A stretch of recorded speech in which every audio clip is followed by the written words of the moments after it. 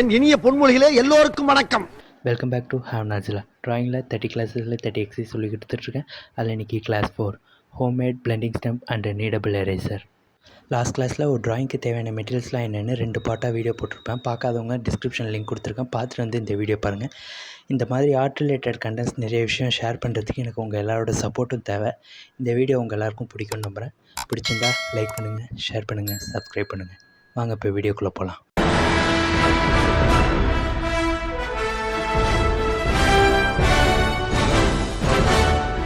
First how to make blending stump.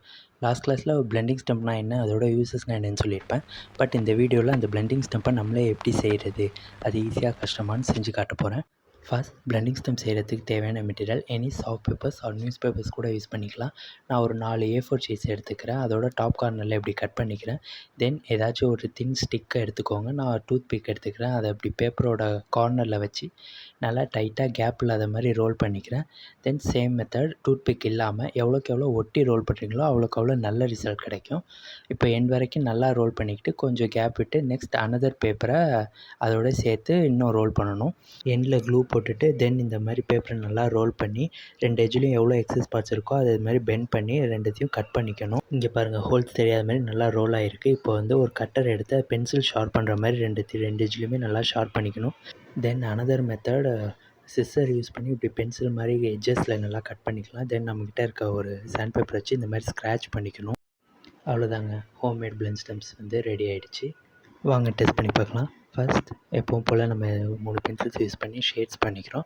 Now online blending ஸ்டெம்ப்ஸை வச்சு first எல்லாத்தையும் blend பண்ணி பார்க்குறோம். ஆஸ் யூஷுவல் அது நல்லா பிளெண்ட் ஆகுது.